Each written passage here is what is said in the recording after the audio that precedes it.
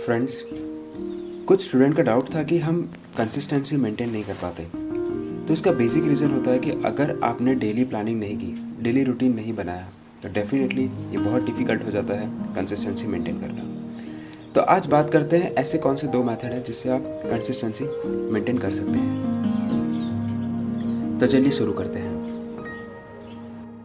तो अब ये समय आ चुका है कि तकरीबन आपको 7 to 8 आवर्स तो देने ही चाहिए स्टडीज़ के लिए। तो आप किस तरीके से पढ़ोगे? 2 मेथड जो मैंने बताए हैं उसमें से आप कोई भी फॉलो कर सकते हो, या फिर इससे इंस्पायर होकर आप खुद का एक मेथड बना सकते हो। बट ये ऐसा मेथड है जो काफ़ी टॉपर्स भी फॉलो करते थे। तो चलिए बात करते हैं कि आप क्या कीजिए, आपके टाइम को स्लॉट्स में डिवाइड कर दीजिए। मैंने यहाँ पे 2 आवर्स का स्लॉट बनाया है, जैसे कि आप देख रहे होंगे। जैसे कि 6 to 8 आवर्स 6 to 8 AM को अगर आपने थियरी पढ़ ली, बिकॉज मॉर्निंग में क्या होता है, आपका माइंड फ्रेश होता है और थियरी बेसिकली जैसे आपने अच्छे से पढ़ लेगी, उसके बाद आप एक ब्रेक ले लीजिए। उसके बाद 9 to 11 अगेन 2 आवर्स में वो जो थियरी आपने पढ़ी है उसके क्वेश्चंस कर लीजिए। ओके, अगर मैं बात करूँ आफ्टर दैट आपको क्या करना चाहिए, कुछ ब्रेक वापस आप ले लोगे, ठीक है। क्वेश्चंस करने के बाद माइंड थक जाता है थोड़ा सा, तो कुछ टाइम के बाद अगेन आप 2 से 4, ओके, उस वक्त आप टेस्ट लगा सकते हैं और वर्कबुक के कुछ क्वेश्चंस कर सकते हैं। तो बेसिकली होगा क्या कि आपने सबसे पहले वो थियरी पढ़ी, वो क्वेश्चंस प्रैक्टिस किए और उसी का टेस्ट उसी दिन आपने लगा लिया, तो वो चीज़ें आपको मेंटली फिट हो जाएगी, क्योंकि वही चीज़ आपने 3 बार सुबह से लेकर अब तक कर चुके हैं।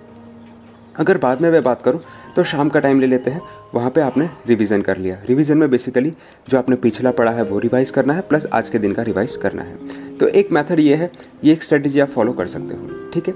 नेक्स्ट अगर मैं बात करूँ तो इस स्ट्रेटेजी में मैंने क्या किया है कि 9 से 12 एक टाइम पीरियड दे दिया। अब यहाँ पे लॉजिक क्या है इसके पीछे का कि 3 आवर्स का जो आपका एग्ज़ाम टाइम होता है, आइदर आपका 9 से 12 में होगा या 2 से 5 में होगा।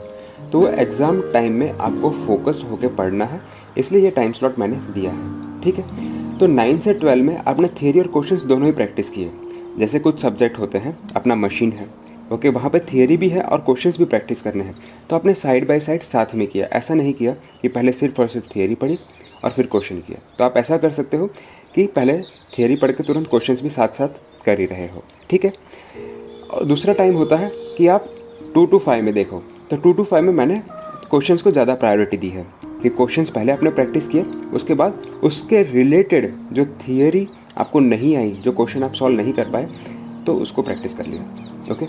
एंड लास्ट में जो रिवीजन वाला पैटर्न है वो मैंने सेम रखा है कि रात को सोने से पहले आप एक बार रिवाइज कर लो। अब ये टाइम आपके लिए डिफ़र कर सकता है, कोई मॉर्निंग में पढ़ता है, कोई इवनिंग में पढ़ता है, कोई दोपहर में पढ़ता है, ओके, नाइट में पढ़ता है या फिर, तो उसके लिए वो डिफ़र करता है। बट एक चीज़ का ध्यान रखना है यहाँ पे कि आपको बेसिकली क्या करना है, वेडनेसडे और सैटरडे ऐसे वीक में 2 दिन अब रखने हैं एटलीस्ट, जब आप टेस्ट लगा रहे हो।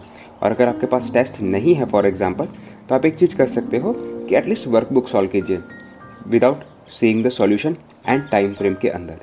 तो अब ये मेथड में से आप कोई भी फॉलो कर लीजिए। और ये टाइम आ चुका है कि आपको स्ट्रिक्टली 7 to 8 आवर्स तो देना ही चाहिए आपकी स्टडीज़ को। तो इसी के साथ मैं अपना वीडियो समाप्त करता हूँ।